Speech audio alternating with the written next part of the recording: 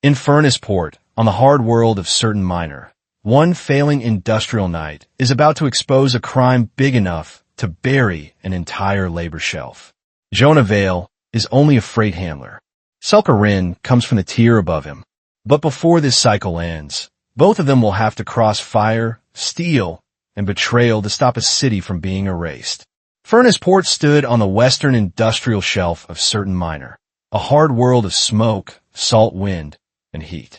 Its harbor rose in stacked levels over the seawall, with cargo decks above fuel lines, refinery towers buried in cloud, and giant cranes moving like patient steel animals that never truly slept.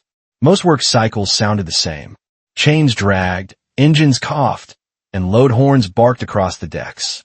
On this cycle, the port sounded different, and even before the alarms began, the air felt like something inside the city was about to fail. Jonah Vale was on the main cargo apron beneath the superlift cranes when the first deep tremor moved through the deck. He was a lower-tier freight handler, the kind of man people noticed only when they needed something lifted, hauled, or cleared fast. He felt the tremor through his boots before he heard the alarm horns. Around him, loaders and drivers kept working for 3 heartbeats too long, still trapped in routine, and then all of them looked up at once when a red glow rose behind the fuel quarter. Something big had gone wrong in the reactor district, and it was close enough now for the air to taste hot. Jonah set down his hook line and watched the glow spread under the cloud layer. He did not waste time asking what had happened. Port had taught him that the first explanation was usually the least useful one. What mattered was what would fail next. "Keep pulling, human," a broad-shouldered dock guard called from the ramp above. "That crate is late already." Jonah looked at the guard once, then looked past him toward the far rail lines. He saw freight trams stopping in the wrong order, workers pouring out of the fuel corridor too fast and too scattered, and one upper deck shuttle cutting across the harbor and heading inland instead of out to sea. That was command traffic, not evacuation traffic. He clipped his line to the crate anyway and gave it one last pull to clear the loading lane. Around him, alien laborers kept their heads down. Some laughed at the quiet human who never joined in, and others treated him like a moving tool. Jonah let them. A man who looked harmless heard more than a man people feared. Then the public warning rolled through the apron speakers. The voice was calm in the way bad systems always were. The port announced a thermal event in the fuel corridor and requested controlled movement toward designated safety lanes. It did not mention the blocked elevators Jonah had already seen, and it did not mention the emergency shutters beginning to lower over the lower labor tiers. That told him enough. Port had 2 enemies moving at once. One was easy to see. Fire was already running through the fuel district, and if the chain reaction spread, the lower port would be sealed to save the export spine above. The second enemy moved behind clean doors in official language. Varkal Dominion, the energy combined that owned half the heat in the city, would protect what made it money first. A second sound cut through the alarms. It was not industrial. It was gunfire from the upper transfer lane. Workers dropped flat or ran without direction. A cargo driver slammed his vehicle into a stack of empty containers and jumped clear. Jonah turned toward the sound and saw a technical escort team break apart near the rail access bridge. Some were already down, and others were firing back while trying to protect someone in the middle. "Port raiders," the dock guard muttered. Jonah did not answer. Raiders did not strike a technical escort in the middle of a reactor emergency unless they wanted something more specific than freight. A woman came over the bridge rail, hit the sloped service ramp, and half slid, half ran toward the apron below. She moved fast, but not wildly. Even in smoke and warning light, she did not look like anyone who belonged in the loader pits. Her skin held a muted bronze sheen under the red wash of the alarms, and her face was sharp and controlled, too composed for chaos. Her dark field coat was expensive even after dust and ash had marked it. She looked too clean for Port and too dangerous to be an accident. She stopped in front of Jonah because he was the only person nearby not running blind. In that instant, the problem became simple enough to hear through the chaos. She was the target, and the people chasing her wanted something more than her life. Not raiders, Jonah thought. Hunters. Which way gets me out of the sight line? She asked. Her voice was low and steady. That bothered him more than fear would have. Who are they? Jonah asked. People working for a man named Raxair. That name settled in the air like soot. Everyone in Furnace Port had heard it. Raxair did not steal random cargo and run. He cut routes, bought names, and hunted specific targets until they stopped breathing or stopped matching. What do you have that makes him come this hard in the middle of a port collapse? Jonah asked. The woman drew one measure breath. A segmented override key. If they take it, the port loses its last clean chance to stop the thermal chain. That changed the shape of the problem at once. She was not carrying something valuable. She was carrying the last tool that made the lower port worth saving. The hunters were already at the bottom of the ramp. One pointed straight at her and shouted for the others to spread wide. Jonah looked at her longer this time and placed what bothered him. She was upper tier. Not just educated. Not just technical. Upper tier enough to belong to people who made decisions far above an apron where men like him pulled freight until their hands split. That made him trust her less, not more. What is your name? He asked. Selkarin. If I'm lying, she said, leave me here. Jonah believed that she believed what she was saying. That was not trust, but it was enough for the next 10 seconds. Move. He did not take the main lane. Everyone else did, and that was exactly why it would fail first. Instead, he cut left off the cargo apron between a suspended crate track and a half-collapsed pallet stack, then dropped into a narrow transfer path that ran away from the public safety lane. It was a loader's cut, not a true evacuation route, and that was exactly why he chose it. Selka stayed on him without complaint. Two frightened workers followed because fear attached itself to the one person who sounded certain, and a moment later the dock guard came down after them, limping and furious. The safety lane is the other way, the guard snapped. The safety lane is about to get sealed. You don't know that. Jonah pointed ahead without slowing. Look at the shutter housings. Heavy segmented doors were already sliding from ceiling tracks over the main evacuation corridor. They were not fully closed yet, but they were closing fast enough to trap anyone who committed too late. The guard finally looked and went quiet. Jonah cut across a loading seam and vaulted a low chain rail. He knew which panels were overstressed from years of salt and heavy lift strain, which crane shadows had maintenance breaks, and which corners fire would reach first because hot air always moved along the same hungry paths once the lower vents failed. Behind him, Selka matched his pace with surprising control. She was breathing harder now, but her steps stayed clean. Not soft, Jonah thought. Refined, maybe, but not soft. The path split between two dead cargo feeders. Jonah threw up one hand. Not the left. That line is about to lose support. How can you know that? The dock guard demanded. Jonah pointed up. A support winch above the left feeder was sparking in broken pulses, and one overhead rail had begun to sag. Because it's already telling us. Seconds later the left side gave way with a scream of tearing steel. Half the feeder dropped through the deck and sent a blast of hot grit across the transfer path. After that, no one laughed at Jonah. He led them through a cut between stacked container shells and down a sloped service track beneath the main cargo scanners. It was tighter there, dimmer, and full of machinery heat. The sounds of the apron changed as they moved. There was less shouting now, more metal strain, and more distant bursts from the fuel corridor. Selka came up beside him for the first time. What are you?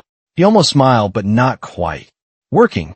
The service track ended at a recessed transfer bay with cracked loading doors and a half-lit cargo sign.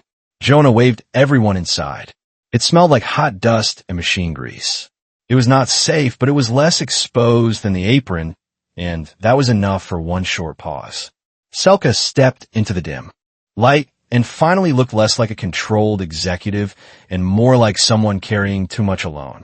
She reached into the inner seam of her coat and removed a palm-sized module no bigger than a ration block.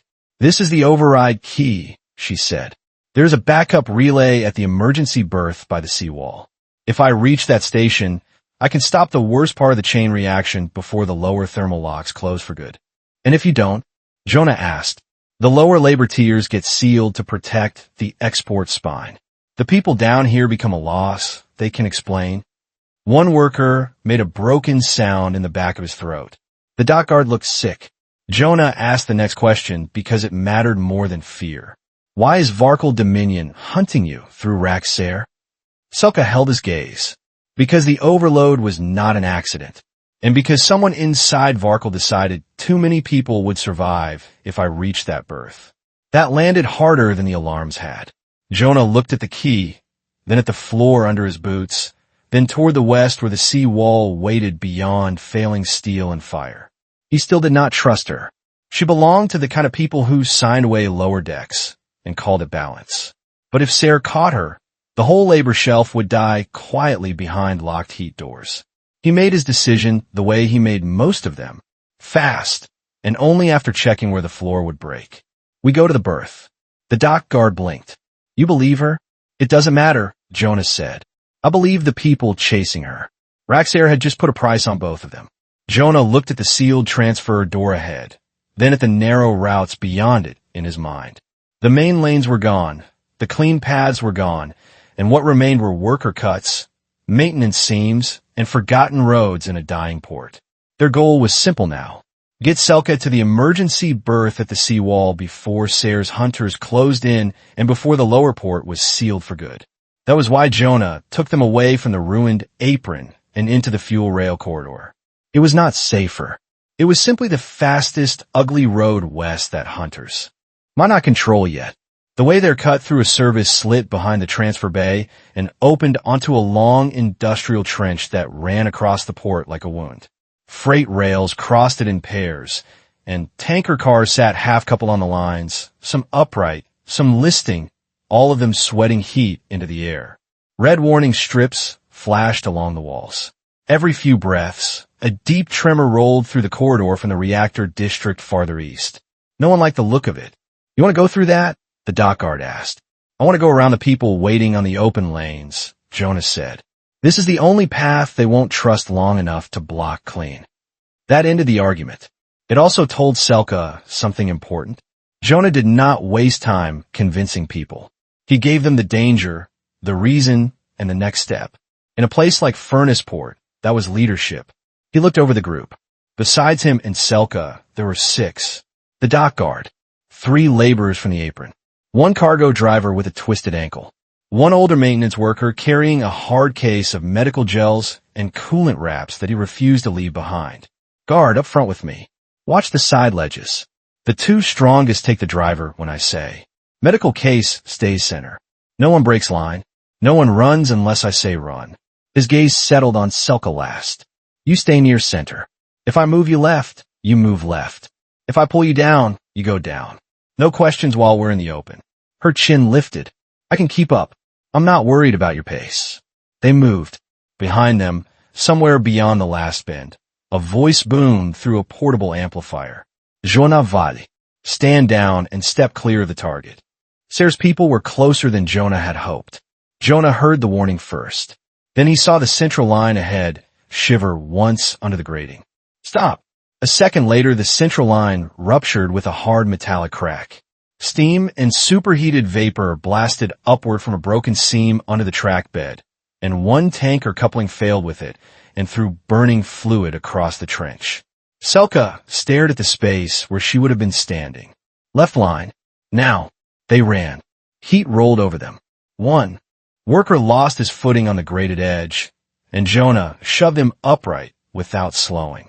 The 2 strongest laborers dragged the injured driver between them while the older maintenance man clutched his medical case to his chest like it was a child. At the next tanker cluster, Jonah cut them behind a row of slanted cars and dropped them into the shadow between 2 fuel wagons.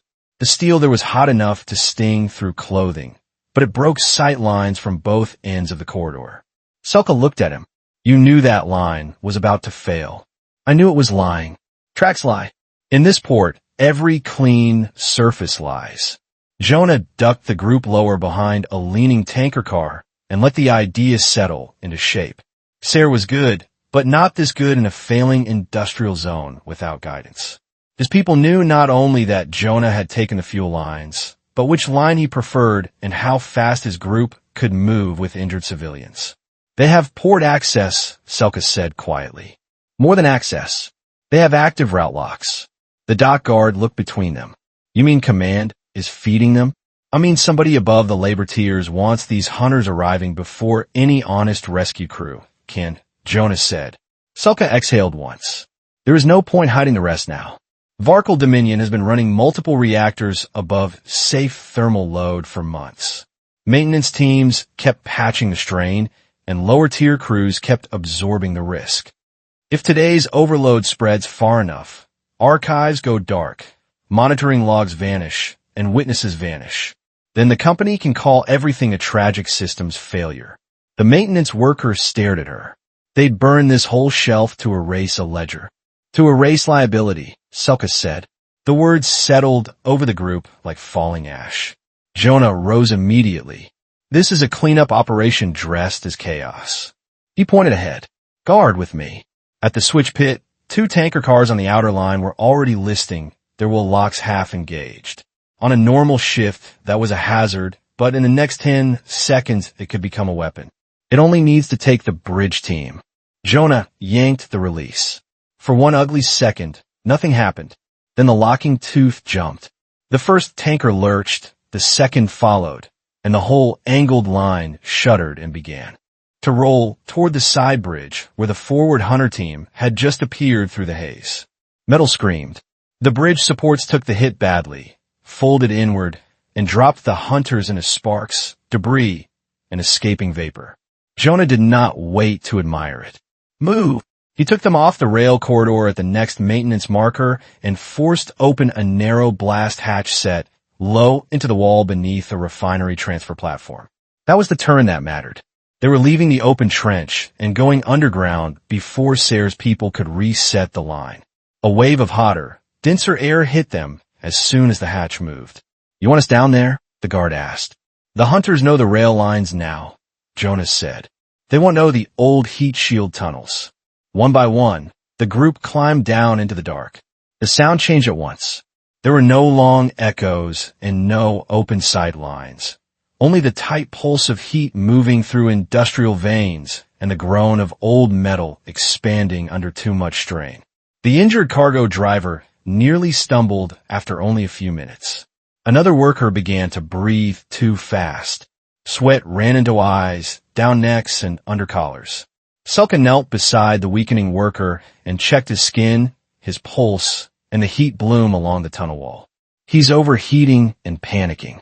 Strip the outer jacket, not the undershirt. Wrap this at the neck and wrists. She pulled a coolant sleeve from a medical case, mixed a hydration gel with water from an emergency tube, and guided the worker through swallowing it in controlled breaths. Slow. You're not dying yet. Your body thinks it is. That is not the same thing. The worker listened. Jonah watched the whole thing in silence. She did not look elegant now. Her coat was filthy, one sleeve torn, and her hair damp with sweat and dust. But she was precise under pressure, and that mattered more here than beauty or titles. After a long stretch of tight turns and grated floor plates, the passage opened briefly at a service node where dead marker paint still clung to the wall. Jonah stopped there and touched a faded directional symbol half hidden under layers of dust and rust. You've been here before, Selka said. Yes. How many routes like this do you know? Human, the dock guard asked. Enough to move people when the port decides it's done with them. Selka held his gaze. This was an evacuation line. He nodded once. Years ago. That was all he gave them, but it was enough. The group understood something new. Jonah did not know furnace port because he had worked a few loading decks and learned a few shortcuts. He knew it because he had already carried human lives through its breaking points once before. The tunnel narrowed after the service node and bent left through dead thermal exchangers. Pipes pulsed overhead with a low, sick rhythm. Jonah moved with one hand on the wall whenever the light dropped too low. He was not steadying himself. He was reading the tunnel through touch. At some junctions, he paused with his head slightly turned, counting under his breath until fan cycles aligned with what he remembered. The goal down here was simple. Stay in the old shield network, keep ahead of the hunters, and come out closer to the sea wall than the main routes could carry them. At the next choke point, the tunnel ended at a sealed manual shutter hidden behind pipes and soot. The maintenance worker squinted at it. That door hasn't been on a live map in years. Jonah crouched, brushed away grime, and found a recessed release wheel. It did not move at first. He shifted his stance, listened to the pulse in the wall, waited 3 beats, then pulled on the 4th. The lock gave with a brutal metallic cough. "How did you know the timing?" the dockguard asked. The pressure line still talks. Beyond the shutter, the old service spine climbed by short ramps and maintenance ladders. At each turn, Jonah already seemed to know which route would still be standing and which one had become a trap. When a side passage sounded wrong under a new tremor, he turned them away without looking inside. When a vent pulse changed from a hum to a rattle, he hurried everyone past the next support brace before heated bolts showered the floor behind them. At the next manual gate, he stopped again. This one had no working release wheel. The locking bar had warped under years of strain. The cargo driver, leaning heavily on the 2 laborers, muttered, "We don't have time for this." Jonah pressed his palm flat to the door and waited. Then he struck the lower hinge, housing in a specific rhythm. Once, twice, pause, twice again. Something deep in the frame shifted. "That wasn't random," Selka said. "No, the hinge only sticks when the upper brace takes more heat than the lower lock. You don't force it. You unbalance it." The warp bar dropped loose. "You marked these," Selka said. He did not deny it. "You were not just on these routes. You ran them." That was answer enough. Once the others were through, the chamber grew much quieter. Jonah opened the warp side panel and got his hands into the heat-blackened mechanism, while Selka held a flashlight stripped steady. "You knew those routes," she said. "I knew enough." "How many people?" He kept working. When the furnace port uprisings hit the lower tiers, command locked the official lifts before the labor blocks were half clear. So people started moving families through maintenance lines, fuel ducts, and anywhere steel still held. Somebody had to keep the routes running. I was one of them. "And who did you lose?" she asked. "My sister," he said at last. "Not by blood. Close enough." He kept his hands inside the mechanism while he spoke. She held the rear line on a family route near the lower desal lifts. We had one more corridor open, then upper command sealed it early to protect a coolant feed above. I got most of my line out. She didn't. Selka was quiet for a beat. I was not there for that order, but I was part of the kind of machine that makes those orders possible. I know that now. I cannot undo what people above did to your line, but I will not stand here and let them do it again in front of me. Jonah finally looked at her. For the first time since he had met her, she looked stripped of every safe layer that had once sat between her and the people below. She still looked beautiful, but not in the distant way she had on the apron. Now she looked tired, dirty, angry, and awake. The next regulator node opened into a vertical service core that climbed toward the old freight elevator tower. Jonah found the rest of the group waiting where the bypass rejoined the main line. No one had seen hunters yet, but everyone heard them now. Somewhere behind the heat shield network, doors were opening in the wrong order. Metal carried sound far underground. "They're still on us," the dockguard said. "Then we go up." The tower access shaft had been built for cargo platforms, not people. It rose through the port on a spine of exposed braces, dead pulley housings, emergency catwalks, and maintenance nests bolted to the inside wall. From inside the old freight tower, Furnace Port no longer felt like a series of corridors. It felt like one broken industrial body stretching down toward the sea. Smoke rolled between refinery stacks. Emergency lights flashed in layers. Cargo cranes still move in some zones because automated systems had not yet learned the port was dying. Sayre's hunters had reached the tower base. "No stopping," Jonas said. "Up the west ladder. Single line." The tower amplified every sound.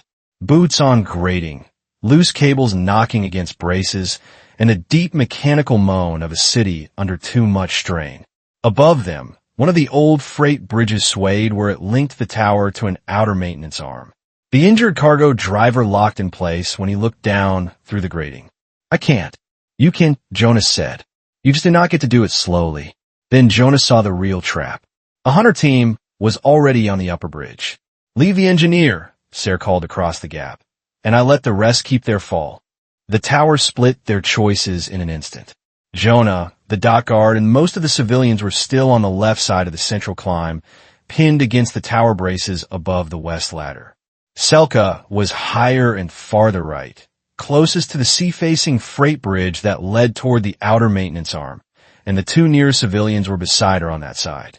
It was the only way to keep the civilians from being boxed in on the central ladder.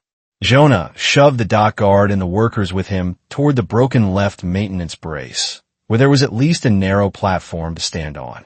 At the same time, he drove Selka and the two men nearest her toward the right freight bridge that hung half detached from the upper tower wall. "Go!" Jonah had one clean look to the right bridge. Selka was almost across, and the two shaken survivors had gone with her. Then one of Ser's men cut the bridge anchor with a precision charge. Not enough to destroy the span, just enough to drop the FAR in a meter and throw everyone on it off balance.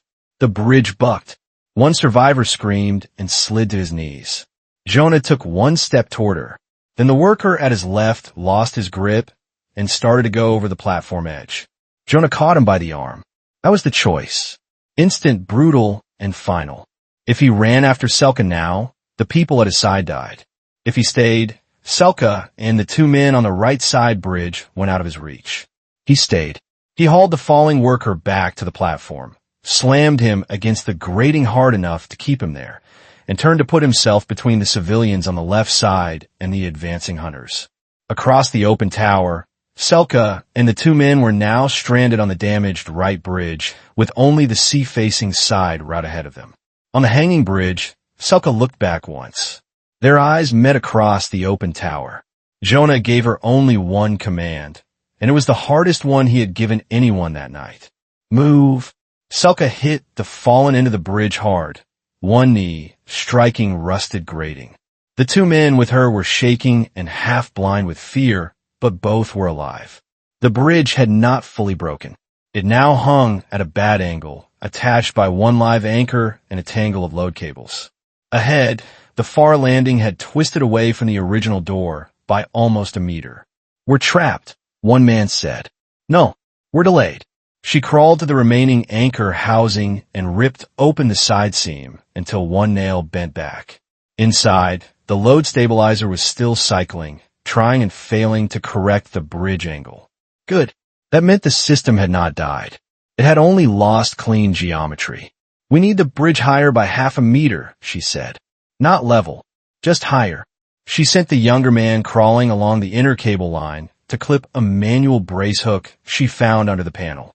She sent the older man to hold the tension crank in place once she forced it loose. Then she cut power to the dead correction loop and rerouted the remaining pressure through the emergency stabilizer feed. The bridge lifted in ugly, shuddering increments, enough to reduce the gap at the FAR landing.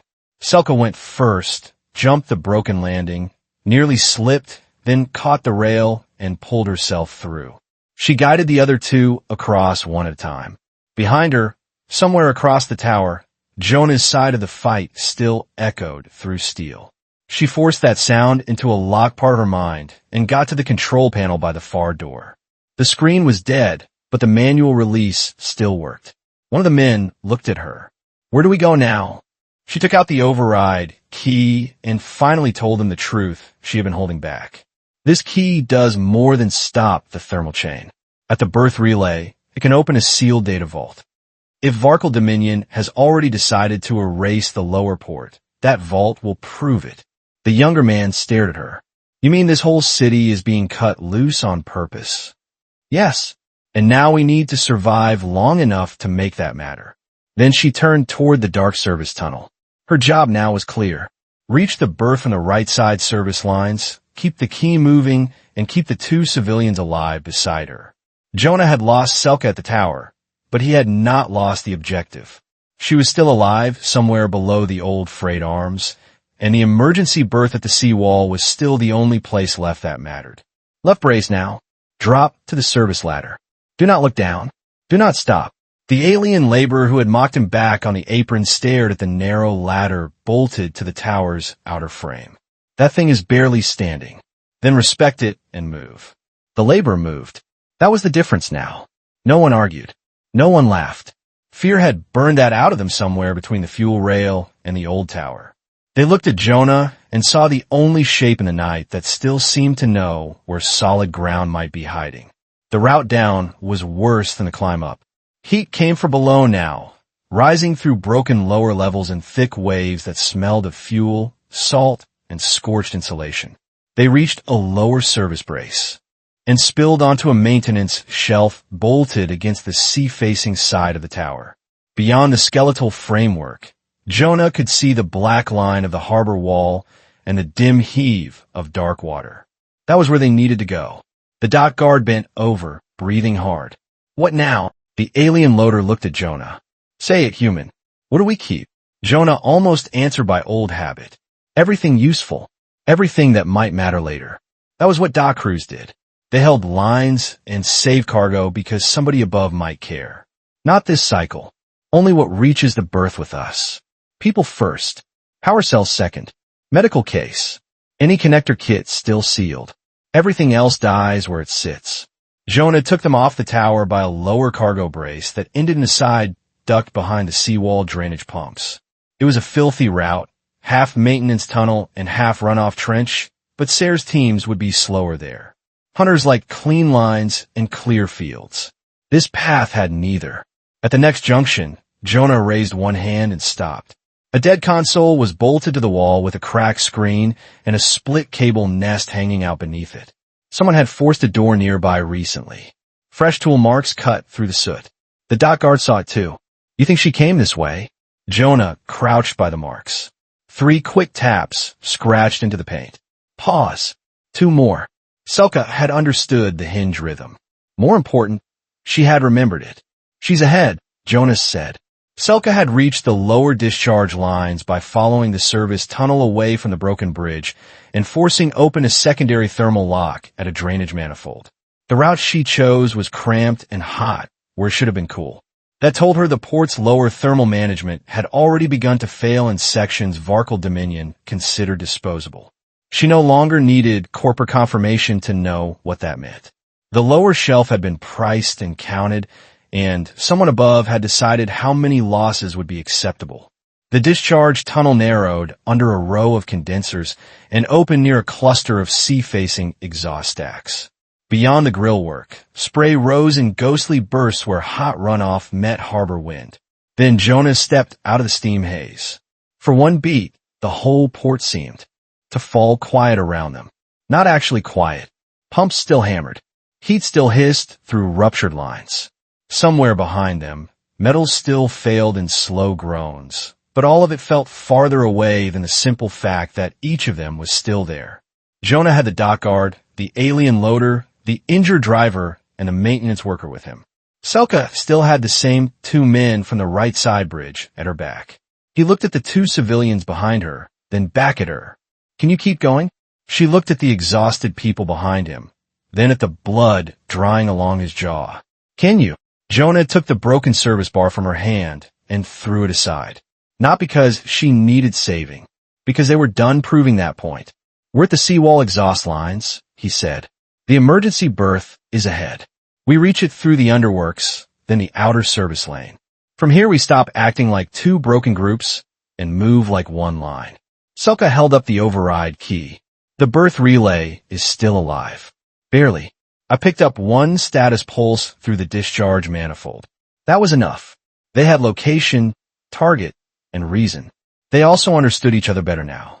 Jonah knew Selka could keep people moving under pressure, and Selka knew Jonah could read the ground before it failed. That made the next stretch cleaner. They moved under sea-facing exhaust lines where the walls sweated salt and heat in the same breath. The path was a ruin of old access ladders, pipe brackets, emergency grates, and half-dead conduit channels. Jonah chose the route by memory. Selka checked it by system sense. When he angled them away from a broad maintenance ramp that looked open and easy, she did not ask why. She only glanced once at the support indicators overhead and said, that ramp feeds a live cutoff gate. If Dominion wants to trap survivors, they close it from above. A few minutes later, when he halted the line at a blind turn beneath a thermal stack and pointed them through a cracked ballast channel instead, Selka studied the tremor pattern in the pipes and said, "The stack ahead is dumping redirected load. That means the next two doors on the main route will be under pressure lock." Jonah changed course before the others even understood. They dropped through the ballast channel and heard, moments later, the heavy slam of both upper doors sealing above them. The dock guard looked from one to the other. "Did you plan that?" "No," Jonas said. "Yes," Selka said at the same time. Then they hit the final outer service lane, a narrow run that fed straight toward the emergency berth entrance at the seawall. The berth corridor was just ahead, and a man was waiting at its mouth. Dory and Kess did not look like furnace port. Even under emergency lighting, with smoke in the air and heat rolling along the seawall, he looked arranged. His boots were clean enough to show care. His collar was still straight. Two armed corporate security officers stood half a step behind him near the sealed entrance to the emergency berth corridor. He was not just blocking them. He was holding the last clean road to the berth. Selka stepped forward one pace. Jonah moved with her without thinking. "You made good time," Kess said. "You sealed the lower shelf," Selka said. "You turned a reactor crime into a hunt." Kess did not bother denying it. "I am preserving the port's survivable structure. There is still room for a useful choice," he continued. "Give me the override key. Surrender the archive path. Step away from the dock workers you have attached yourself to. In exchange, I can reclassify a portion of the lower labor band for priority extraction." "You mean you'll save the ones that fit your report?" Jonas said. Kess looked at him as if noticing a tool that had somehow started speaking. "I mean, I can save some instead of losing all." That was exactly the logic Jonah hated. Not because it was always false. Because men like Kess always decided some from far enough away that the dead became abstraction before the locks even closed. Selka lifted her head. "No." Kess studied her. "You understand what you are refusing." "Yes. For the first time in a long time, I do." The corporate man's face did not crack, but something colder settled into it. "Then you're no longer an engineer preserving this port. You are a liability inside it." "Then write it down," Selka said. Kess gave the smallest possible signal with 2 fingers. The security officers started to lift their weapons. Before either could fully commit, Jonah grabbed Selka's wrist, pulled her down hard, and drove both of them behind a maintenance brace as the corridor erupted in sparks and shouted commands. The laborers hit the deck. The dock guard dragged the injured driver into cover behind a coolant casing. The maintenance worker shielded the power cells with his own body like they mattered more than bones. Jonah leaned close enough to Selka that she could hear him clearly over the chaos. "This time, I don't let them close the road in front of us." The fight at the berth door had already begun, but the goal had narrowed to one final line. Jonah had to get Selka into the relay station, keep the survivors alive long enough to feed it power, and hold the outer approach until the port either lived through the worst of the thermal collapse or buried all of them together. The emergency berth sat at the edge of the sea wall where the port's lower shelf met black water and industrial wind. It was an open docking platform, half concrete and half steel, with the relay wall built into the inner side, facing the port and the sea directly beyond the outer rail. The outer approach was the exposed path leading in from the service lane. The auxiliary gate was a smaller side entrance cut low into the relay wall, off to the right of the main relay door. A deadcom post stood farther left near a brace at the edge of the approach. Emergency docking rails ran across the wet berth floor in parallel grooves, and giant anchor hooks hung above from old crane arms. Hot wind rolled in from the city. Colder spray blew up from the sea. Between the two, the whole berth felt like the mouth of a machine trying to breathe through broken lungs. Jonah pointed as he spoke, his voice low and clean enough for everyone to follow. "Guard and loader at the outer posts. Hold the outer approach from the left side and make them think we have more people than we do. Maintenance, get the power cells to the conduit bank under the relay wall. Driver stays down and stays breathing. The second loader helps with the feed line. Selka goes to the relay door on the wall. I stay outside and hold them off between the approach and the gate until she is inside. Selka, caught Jonah's arm before he turned. The relay will not open on the first try. If the backup core is half dead, I will need time. I'll buy it. You don't know how much. Then don't waste any. Selka ran for the relay wall. Jonah rose into the open at the same moment and moved the other way, drawing the first hard wave of attention toward himself. Shots chased him across the wet berth surface. He slid behind a mooring pedestal, came up at the edge of a crane support, and slammed a dead latch release. A suspended cargo guide rail dropped halfway across the outer approach with a horrible metallic scream. It did not seal the path, but it broke the clean line Sayre's people wanted and forced them to slow, bunch, and lose their easy angle into the berth. He came out of the berth smoke at the head of the final hunter group, not rushing and not shouting, just advancing with the confidence of a man who still believed pressure would make the last pieces fall into place. You should have stayed a loader, Sayre called. Jonah did not answer. He was listening to the movement behind Sayre more than the voice itself. Hunters splitting left, two pushing right under the docking arm, one climbing toward the upper brace to get angle on the relay door. Sayre was still doing what he had done all cycle. He was not overwhelming the ground. He was shaping it. At the relay wall, Selka hit the dead service panel with the override key. Nothing happened. She tore the panel loose, found the manual port behind it, and drove the key in barehanded. The console displayed a line that read, Relay Core Unavailable. She swore under her breath and went straight into the side housing. She had expected damage, but she had not expected the berth core to be nearly starved of power already. That meant Dominion had been draining non-essential backup systems even before the public emergency call. Power, she shouted. The maintenance worker and the second loader were already dragging the two surviving cell packs toward the conduit bank beneath the relay wall. The cable heads did not match the relay sockets cleanly. The loader looked ready to panic. Selka did not look back. Blue spine to lower port. Red sheath to relay bypass. If you cross them, the panel burns out. On the outer approach, Jonah moved again before Sayre's hunters fully settled into their lanes. He knew what Sayre wanted. Pin him near the open floor. Force him to choose between the relay wall and the people at the edge. So Jonah refused to become a fixed point. He slipped under the half-fallen guide rail, crossed through knee-deep runoff, and hit a berth side ladder that climbed toward the crane arm above the approach. From the crane brace, he saw more of the whole final ground. The dock guard and the alien loader were holding the outer approach from the left side, behind anchor housings near the compost. The maintenance worker and his partner were on the cables under the relay wall. Selka was still locked out at the main relay door. Sayre's people were trying to squeeze them from both sides. Jonah looked up at the crane arm and saw the old manual hook lines still under partial tension. One heavy mooring clamp hung above the path Sayre's left team needed to use if they wanted to press deeper toward the berth. The release box sat 3 meters away, dead screen and live lever. He crossed the brace, took one round of sparks off the rail beside his foot, and slammed the lever down. The mooring clamp dropped like a piece of the cycle itself. It hit hard enough to crush the path flat and throw spray, sparks, and shattered metal across Sayre's left team. The dock guard shouted something that sounded almost delighted. Jonah did not stay to hear it. Another hunter had climbed to his level. Jonah met him at the narrowest point and used the brace itself as the weapon.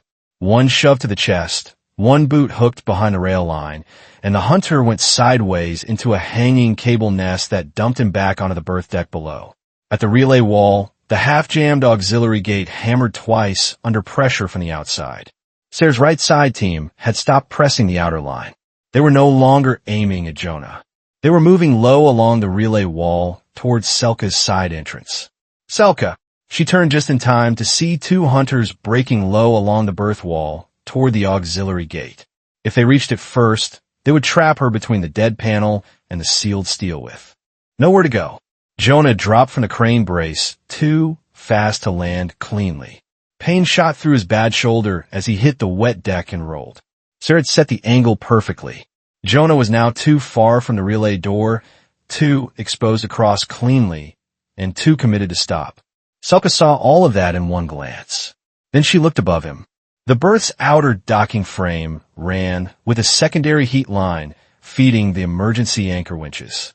The line was still live because Dominion needed the anchoring system to protect export-capable moorings even during a collapse. Selka sprinted not for the auxiliary gate, but for the frame control box halfway between them. She ripped the cover loose, bypassed the dead interface with the override keys manual spike, and jammed heat flow into the anchor purge channel. Then the purge valves blew. A wall of white-hot vapor burst sideways across the berth approach between Jonah and the right side hunters. It did not kill them. It blinded them, staggered them, and made the metal under their boots spit steam and slick runoff. Jonah used the gap instantly. He crossed through the edge of the vapor burst, hit the first hunter before the man could recover, and drove him into the wall hard enough to take him out of the next 30 seconds. He turned on the second and forced him backward into the purge spray until the man's aim went wild and useless. He looked at her once through the steam and gave the smallest nod. Then he repaid it. The auxiliary gate still needed to be physically opened.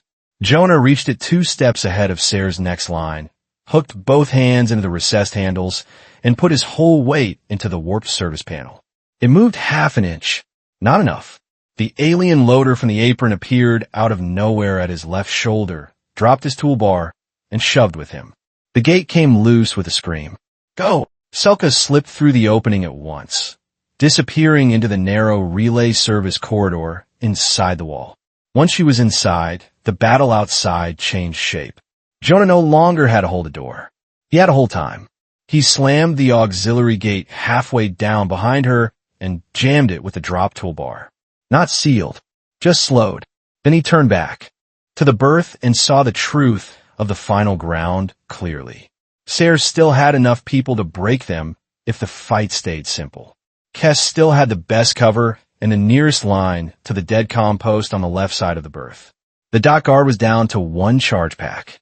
The maintenance worker was nearly shaking apart from heat and strain. The injured driver was conscious but useless in a sprint. The laborers were brave enough, but they were not trained for a prolonged hold. He pointed at the dock guard. Take the left hook pit. If anyone reaches the comm post, stop them. He pointed at the 2 laborers. Stay low and watch the gate on the right side. No heroics. If it opens, stall them. Then he looked at the maintenance worker. When I call for power, you give it everything. His eyes moved to the wet grooves across the berth. The docking rails. Sayre's hunters came in a measured wave, one side pressing the gate on the right, the other driving through the outer approach toward Jonah's position near the main berth line. Sayre himself stayed just back from the front edge, close enough to command and far enough to survive mistakes. Your engineer is inside a dead station, Sayre called. Your people are standing on an open kill shelf. You know how this ends.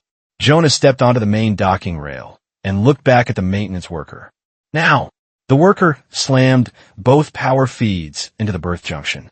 The dead rails came alive in a rolling burst of blue-white spark that raced down the wet metal grooves and exploded outward through every puddle and open runoff seam across the outer approach. The change outside was immediate. Hunters who had been advancing in formation lost their footing, their timing, and their clean firing lines all at once. The effect was not a clean weapon. It was chaos. Light, sound, sudden pain, and broken footing. Men who had been pressing forward with control suddenly slipped, recoiled, or threw themselves sideways for cover. Their line of fire broke apart. Their spacing collapsed. The push Sayre had built across the approach lost its rhythm in one violent breath. Kes's security team went flat near the comm post. The berth stopped being a firing ground and became a storm of bad footing and worse. Choices. Jonah crossed the live rail gap by memory and timing, hit one hunter at the shoulder just as the man tried to rise, took the weapon away, and sent it skidding into the water channel. He turned the next hunter sideways into the docking brace and left him there. He kicked a fallen cable spool into the comm lane so the dock guard could cross to better cover. Every motion had a purpose. Open the line. Delay the push. Break the timing. At the berth wall, the half-jammed auxiliary gate hammered under pressure from the outside. The 2 laborers holding that side looked at Jonah in rising panic. Hold 2 more breaths, he he shouted. Inside the relay corridor, Selka finally reached the core chamber. It was smaller than she had expected, built for function, not ceremony. The backup relay core sat behind a transparent shield darkened with age and heat residue. The main console had one live line crawling across it and 4 dead ones. A second sealed panel stood beneath it with no visible lock. Selka drove the override key into the core slot. The console displayed a line that read, "Segmented relay path acknowledged." Then another line appeared. "Archive vault available through emergency witness channel." So that was the truth. The birth relay had always been more than a thermal backup. It had been built to preserve a sealed record if command systems were compromised badly enough. Someone years ago had expected exactly this kind of betrayal. Selka's hands moved faster now. She initiated the segmented override. The birth core began feeding stabilization commands into the lower thermal grid. It would not save every structure, and it would not restore the port. But it could stop the chain reaction from turning the entire lower labor shelf into a sealed furnace. Log files surfaced first. Thermal load deviations. Forced maintenance deferrals. Route closure permissions. Emergency language drafts prepared before the collapse even began. Then the names. Dorian Kess among them. Higher Varkal sign-offs above him. Not just negligence. Selection. Selka sent everything to the berth's surviving transmission mast.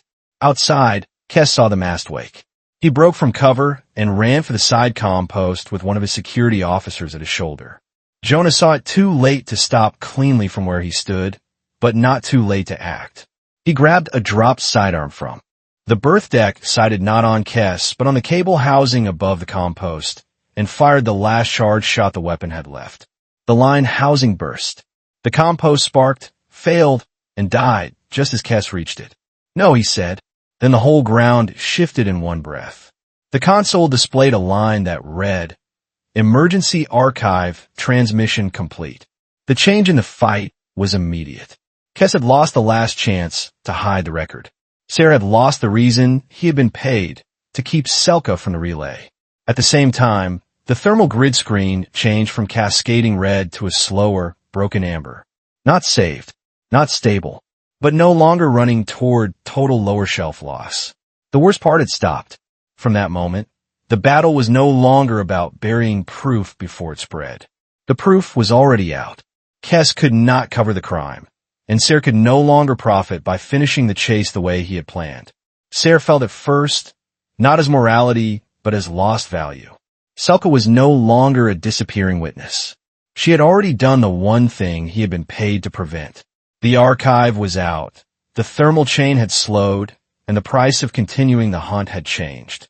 He stopped trying to take the berth clean and started moving toward the auxiliary gate himself, perhaps hoping he could still reach Selka and tear the result backward by force or spite. Jonah saw the shift and cut across the berth to meet him before either laborer at the gate had to. The two men closed on each other between a dead anchor hook and steaming docking rails, with Black Harbor water rolling just beyond the seawall. Sarah was faster than Jonah had hoped and more disciplined than Jonah had wanted. He used the berth's broken geometry well, forcing Jonah to give ground toward the rail edge while 2 surviving hunters tried to come around wide.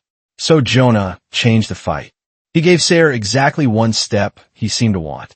Sarah took it, drove forward, and committed his balance over the live rail seam. Jonah had already seen that the seam cover there had broken loose under the earlier power surge. He let Sarah come onto it, then shifted offline and drove a shoulder into him from the side. The loose seam cover snapped downward.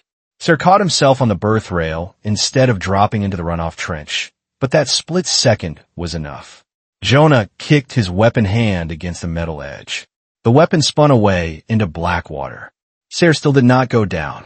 He grabbed Jonah's jacket, dragged both of them into the berth rail, and tried to throw him off the shelf with raw force now that the careful mathematics had failed. Jonah answered in the oldest way he knew, with leverage, structure, and the ground under another man's feet. He hooked one hand in Sarah's harness, jammed the other against a broken anchor clamp at their side, and turned just as the berth deck gave one more lurch under shifting thermal load. Sarah lost his final grip on clean footing and went over the side rail into the lower runoff cage below the berth shelf, crashing through steel mesh and disappearing into a burst of spray and sparks. Across the berth, Dory and Kess tried one last time to reclaim control. He shouted for his remaining security officer to cut the mast manually, but the man hesitated. Too many port systems had already turned. Too many people had heard. Too many eyes beyond the berth were now watching the witness archive spread. The dock guard rose behind the deadcom post with his empty sidearm leveled anyway. Don't! Kess looked at him, then at the berth mast still sending, then at the laborers, the maintenance man, the injured driver pulling himself upright against the wall, Jonah breathing hard near the sea rail, and finally at the auxiliary gate Selka was now opening from inside. He lowered his hand. Selka stepped out of the relay corridor and saw the berth for what it had become. Not victorious, not safe, but no longer owned by the men who had tried to erase it. The worst chain is down? Jonah asked. Selka nodded. The lower shelf still burns in sections, but it won't all seal and cook, and the archive is out. That sentence moved through the survivors like breath returning. The maintenance worker sat down where he was and laughed once in disbelief, then covered his face with both hands. One laborer leaned against the berth wall and looked out over the black water as if he had never expected to see it again. The dock guard kept Kess covered even with an empty weapon, because some habits deserved to survive the cycle. First came a general port transmission, rough and overloaded, acknowledging uncontrolled thermal failure across multiple industrial sectors and ordering surviving crews to report to lower shelf extraction points. Then came the first salvage tug, moving cautiously along the sea wall because nobody trusted the docking rails yet. Then came the voices from outside the port, repeating witness archive data and naming Varkle Dominion before the company could build a cleaner lie around the cycle. By then, Kess had nowhere left to stand. The berth security officer put down his weapon before anyone asked twice. The dock guard and the alien loader kept Kess pinned near the deadcom post until outside responders took custody of him. No one found Sarah on the berth shelf. Hours later, a salvage crew reported a damaged runoff cage below the seawall and blood on the lower frame, but no body. Jonah heard the report and gave it no words. For this cycle, Sarah was gone from the equation. That was enough. The port itself did not heal because one relay held. Whole sections of furnace port still burned through the rest of the cycle. One refinery bank collapsed into the sea before emergency cutters could isolate it. Several lower cargo decks were declared structurally lost. Too many names still had to be counted. People came out of it in smoke-black streams, guided by the same ugly underworks and forgotten routes Jonah had once walked in another cycle. Rescue teams used them now because the official lifts were still unreliable and because the witness archive had made everyone suddenly interested in where the workers actually lived. Jonah helped where he was needed and nowhere else. He shifted crates into barricades, hauled cable, checked unstable rails, lifted a trapped pump cover, and gave directions to responders who had better uniforms and sense. When people looked at him too long, like they wanted a speech or a symbol, he moved to another task. That was how Selka found him near dawn. By then the worst noise had dropped away. The red of the fires had faded into a dirtier orange, and the harbor had settled into the exhausted rhythm that comes after disaster when the living start counting what still works. Smoke still hung over the water, but lower now, broken by the first thin light coming over the industrial shelf. They were back near one of the outer loading aprons, not the exact one where the cycle had started, but close enough that the cranes looked familiar. Jonah was standing over a scorched freight line, checking whether a half-melted transfer cart could still roll if someone cleared the wheel housing. Selka stopped a few paces away and watched him for a moment. Her coat was ruined. Her hands were black with old grease and dried coolant stains. The fine, distant sharpness she had carried at the start of the cycle had been burned down into something harder and more human. When everything finally slows down, she asked, "Where do you go?" Jonah kept one hand on the cart frame. "I haven't thought much past the next shift." He looked at her. "And you?" "I do not think I have anywhere to go back to." that hung between them without pity. Varkle Dominion would never take her back. Even if it tried, she would never return. The world that had made her had already decided what lives were worth less than profit. Jonah looked past her at the labor crews gathering near damaged freight lines. Survivors were already trying to rebuild motion. That was what ports did when they could not afford grief to last longer than the next load. "We'll need routes," he said, "for food, med supply, and shelter frames. Half the lower shelf still won't trust official lanes for a long time. You could stay, help build lines that don't close early this time. And if I want more than one shift," she asked. Jonah looked almost uncomfortable, which meant he was being more honest than at any other point that cycle. "Then take the next one too." Selka laughed softly under her breath, not because it was funny, but because it was so completely him. Then she stepped closer. They started walking without deciding it out loud, moving across the damaged apron toward the lower shelf where new traffic lines would have to be marked by hand before the day fully broke. A salvage siren sounded in the distance. Somewhere far out on the water, another tug answered. At the edge of the scorched loading lane, Jonah stepped over a broken rail seam and then stopped. He turned back, not because Selka could not cross it, but because after everything that cycle had taken, some offers deserved to be made plainly. He held out his hand. Then Selka Rin placed her hand in Jonah Vale's. This time he did not let go. Together, they crossed onto the battered apron where workers were already lifting fresh line markers into place over old burn scars. The port was wounded. Parts of it would never be what they had been, but the lower shelf was still there, and the people who had nearly been erased were still moving through it. Far beyond the harbor wall, as the first full light of morning touched the industrial haze, a salvage operator called out from a distant comm line that a long-range distress ping had just reached the outer channel from another port far up the coast. No one on the apron stopped for it yet. It was only one more signal in a universe full of broken systems and people still trying to survive them. And this time, when the next road opened, neither of them would be walking it alone. If this story stayed with you, if Jonah and Selka earned a place in your memory, then please take a moment to support the channel. Like this video, so more listeners can find it. Share it with someone who loves science fiction, survival stories, and quiet heroes who prove everyone wrong. And subscribe to the channel for more long-form science fiction stories where courage and heart are tested in the harshest corners of the galaxy. Thank you for listening all the way to the end. Until the next story, stay safe, keep looking toward the stars, and never underestimate the one person everyone else forgot to fear.